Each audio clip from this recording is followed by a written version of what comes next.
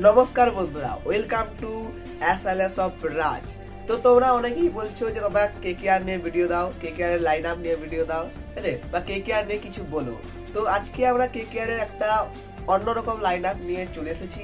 তো interesting video হতে চলেছে, তোমরা লাস্ট পর্যন্ত দেখো এবং কেকেআর এর লাইন আপটা কিভাবে হতে চলেছে সেটা আমরা আজকে আলোচনা করব।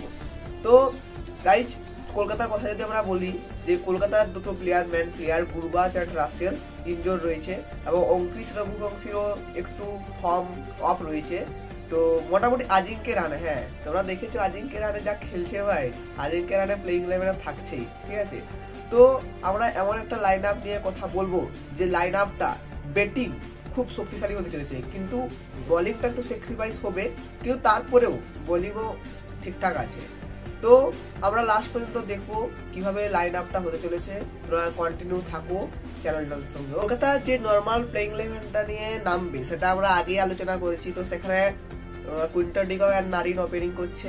3 নম্বরে রয়েছে আজিঙ্কে রাহানে, 4 রয়েছে ভেঙ্কটেশ আয়ার, 5 রিঙ্কু সিং, 6 রাসেল, 7 রমনদীপ, ঠিক আছে, 8 হর্ষিত, 9 রয়েছে বরুণ চক্রবর্তী, 10 রয়েছে ভৈভব বরোরা, 11 রয়েছে স্পেন্সার জনসন। তো এটা নিয়েই প্লেইং ইলেভেনটা চলছিল, ঠিক আছে। প্লেইং 12 যেটা থাকছে তারা হচ্ছে ব্যাটিং যদি কলাপস খায় তাহলে মনীষ পান্ডে আসতে পারে, এবং বোলিং যদি কলাপস পায় তাহলে তার জায়গায় উমরান মালিক বা মায়াঙ্ক মার্কান্ডে আসতে পারে।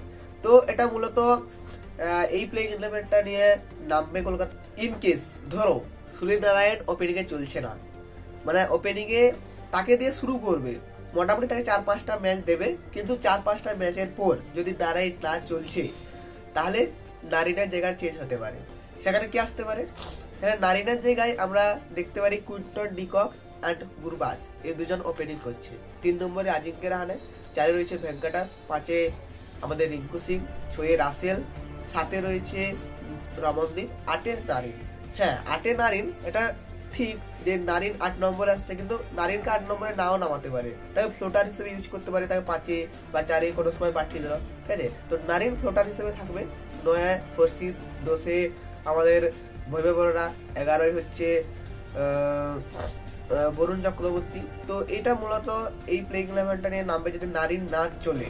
তো আরেকটা প্লেইং ইলেভেন আমি দিচ্ছি, যে সেখানে কি হবে, যে গুরবাজকে না খেলিয়ে, ঠিক আছে, যদি আজিঙ্কে রাহানাকে দিয়ে ওপেন করানো হয় তাহলে কেমন হচ্ছে প্লেইং ইলেভেনটা দেখে নাও।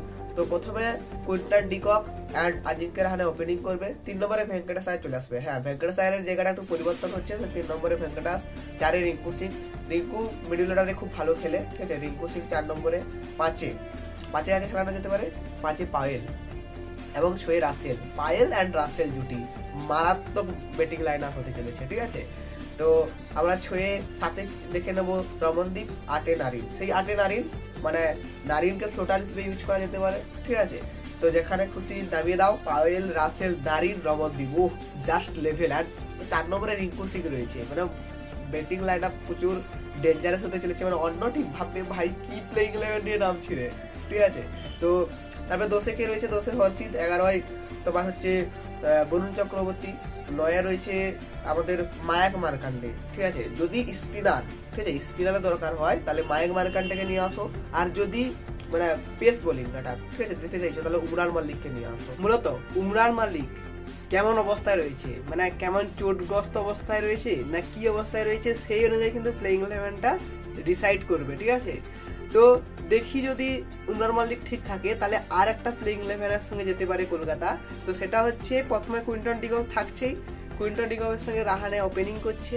3 নম্বরে রয়েছে ভেঙ্কটেশ আয়ার, 4 রয়েছে রিঙ্কু সিং, 5 কি রয়েছে রাসেল, ঠিক আছে, 6 নিয়ে আসো রমনদীপ, 7 রাখো হচ্ছে ময়েন আলীকে। হ্যাঁ, যদি স্পিনটা কাজে লাগাও, ঠিক আছে, স্পিনটা যদি ভালো করে কাজে লাগাও তাহলে ময়েন আলীকে লাগাও, ঠিক আছে। সেখানে ময়েন আলীকে নিয়ে আসো অ্যান্ড আমাদের 8 কে থাকবে, 8 নারিন থাকবে, ঠিক আছে। 8 মানে নারিন তো জানো, আমি আগেই বলে দিচ্ছি ফ্লোটার হিসেবে থাকতে পারে। তো 8 নারিন, 9 হচ্ছে হর্ষিত, 10 হচ্ছে উমরান মালিক। হ্যাঁ, উমরান মালিককে নিয়ে আসবো, উমরান মালিকের পেসের জন্য, ঠিক আছে, পেসের জন্য আমরা উমরান মালিককে নিয়ে আসবো। আর 11 থাকছে আমাদের বরুণ চক্রবর্তী। আর আমরা ইম্প্যাক্ট বোলার হিসেবে নিয়ে আসতে পারি এখানে ভৈভব এরারাকে, আর আমরা ব্যাটিং হিসেবে নিয়ে আসতে পারি মনীষ পান্ডেকে। তো গাইজ তোমরা দেখলে আমি 3টে প্লেইং 11 দিলাম।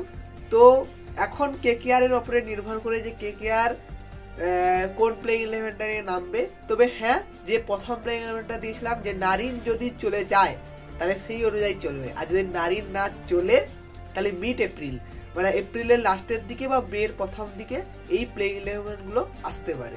ঠিক আছে, তো তোমাদের মত অনুযায়ী তোমরা নিচে কমেন্ট করে লিখো যে কোন প্লেইং 11টা সব থেকে বেস্ট এবং খতরনাক লাগছে। তোমরা জানাও কমেন্টে, এন্ড ভালো লাগলে একটা করে লাইক সাবস্ক্রাইব করে দিও। ওকে, এন্ড প্রচুর শেয়ার করো, ঠিক আছে, প্রচুর সাবস্ক্রাইব করে দিও যাতে আমি আরো মোটিভেটেড পেয়ে ভালো ভালো ভিডিও তোমাদেরকে দিতে পারি। Thanks to watching for a lovely day. Okay.